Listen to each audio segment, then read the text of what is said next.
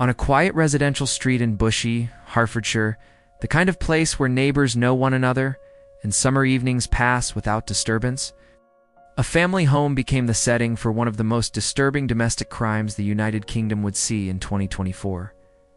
Behind its front door, 3 women, mother and her 2 daughters, lost. Their lives in an act of violence that investigators would later describe as deliberate, calculated, and driven by obsession. Their names were Kyle Hunt, age 61, and her daughters Hannah Hunt, 28, and Louise Hunt, just 25 years old. The man who murdered them was Kyle Clifford, Louise's former partner. What happened inside that house was not a random attack. It was the endpoint of a relationship marked by control, rejection, and a refusal to let go.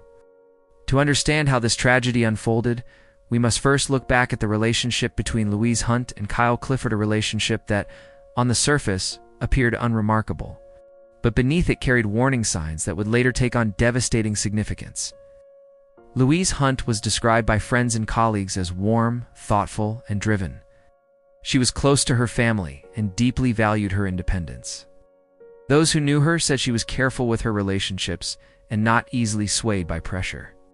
Kyle Clifford, 26, entered Louise's life as a romantic partner, but as the relationship progressed, cracks began to show.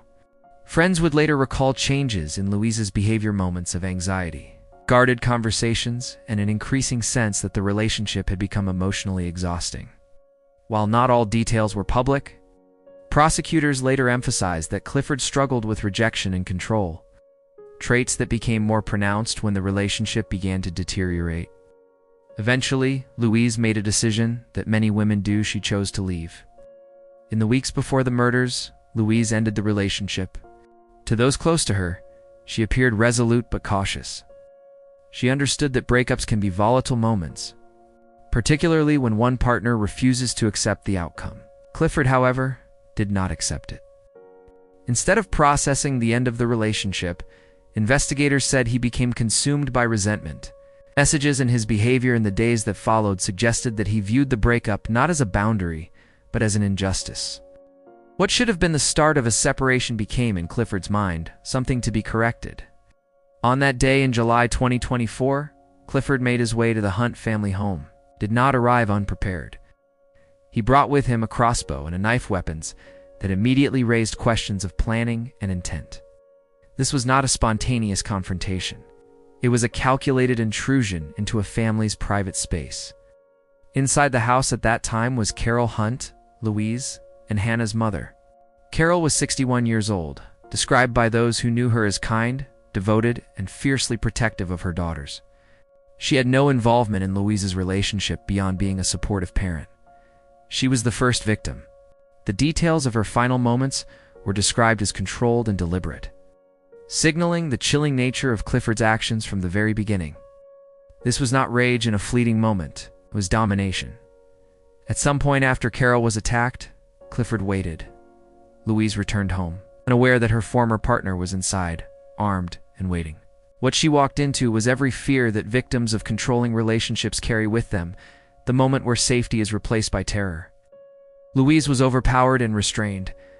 Prosecutors later stated that her murder showed clear evidence of intent and premeditation. She was killed in the same house where she had sought comfort and refuge after ending the relationship. Soon after, Hannah Hunt arrived at the home. Hannah, 28, was the eldest sister, described as intelligent, caring, and deeply close to her family. Like her mother, she was not involved in the relationship that had ended, yet she too became a victim. Hannah was murdered shortly after Louise. 3 lives were taken in a matter of hours. A mother and her 2 daughters bound together not just by blood, but by the randomness of being in the wrong place when obsession turned lethal. For several hours, no one knew what had happened. Concern grew when Louise failed to appear for work. Attempts to contact her went unanswered. Eventually, colleagues raised the alarm, prompting police to conduct a welfare check at the family home. When officers arrived, they were met with a scene that would haunt investigators. Inside the house, they found the bodies of Kyle, Louise, and Hannah Hunt. Each had been restrained, each had been murdered. The brutality and methodical nature of the crime immediately shifted the investigation into a full-scale manhunt. Kyle Clifford was gone, Police issued urgent warnings to the public, stating that Clifford was armed and extremely dangerous. Armed officers were deployed, and the search expanded across Hertfordshire and beyond. The case quickly captured national attention. The idea that a former partner could enter a family home and murder 3 women in cold blood struck a nerve across the country. Conversations around coercive control, domestic violence, and warning signs surged almost immediately. The following day, police located Clifford. He was found with serious, self-inflicted injuries, though not fatal, was arrested and taken into custody under armed guard. As investigators pieced together the timeline, the picture that emerged was one of planning, fixation, and entitlement. Prosecutors later argued that Clifford's actions were fueled by misogynistic beliefs and a refusal to accept Louise's autonomy. The breakup, they said, was interpreted not as a personal choice, but as a loss of control, something he felt entitled to reclaim. In January 2025, Kyle Clifford appeared in court. He pleaded guilty to the murders of Louise Hunt, Hannah Hunt, and Carol Hunt. There was no trial, no dramatic testimony, no attempt at justification, only an admission of guilt for the deliberate killing of 3 women. For the Hunt family, the plea did not bring closer-only confirmation of a reality they already knew. Louise and Hannah's father, John Hunt, a well-known BBC racing commentator, released a public statement honoring his wife and daughters. He described them as loving, kind, and irreplaceable, expressing grief that no words could adequately capture. The murders left a permanent scar not just on one family, but on a community. Neighbors described disbelief that such violence could occur on their street. Friends struggled to reconcile the image of the women they knew with the brutality of their deaths. Experts in domestic violence pointed to the case as a stark reminder that the period following a breakup is often the most dangerous. Control, when challenged, can escalate rapidly, especially when warning signs are dismissed or misunderstood. Louise Hunt did what society encourages women to do.